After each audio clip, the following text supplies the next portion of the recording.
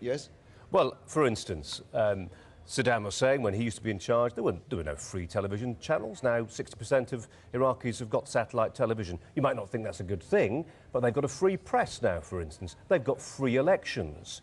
Nobody's saying that life is good in Iraq, far from it. But it's wrong, surely, to paint the picture as completely bleak. But 655,000 Iraqis have been killed. According to one report. Well, according to the Johns Hopkins University, one of the most respected universities in the United States of America, and the Lancet, one of the most respected journals in Britain, you could take your pick whether to believe Mr. Blair's denial or Johns Hopkins and the Lancet. Most people would choose the latter, I can assure you about that. Mind without an inquiry. That's the veteran correspondent from the Middle East, Robert Fisk. We had him in here a couple of weeks ago. And he was saying, so far as he could tell, he'd reached the bleak assessment that many Iraqis, and you know Iraq well, had decided that they would actually prefer security and dictatorship rather than freedom and anarchy. Now, rightly or wrongly, and I'm merely reading comments that have been reported in the past, you have lavished, allegedly, blandishments on Saddam's regime. Do you think life would be better now under that dictatorship, under that totalitarian regime of terror run by Saddam Hussein?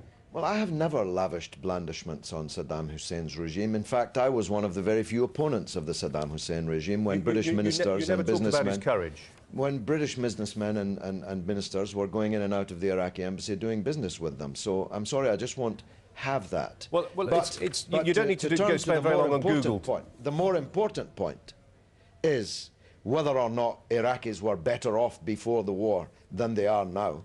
Only a madman would say that they're better off now. For a start, 655,000 of them are no longer here.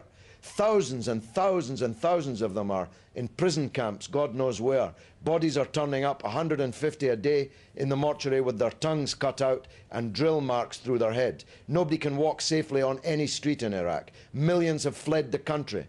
The Americans have looted billions of dollars worth of Iraq's wealth. The idea that Iraq is better off today than it was before the war is simply absurd.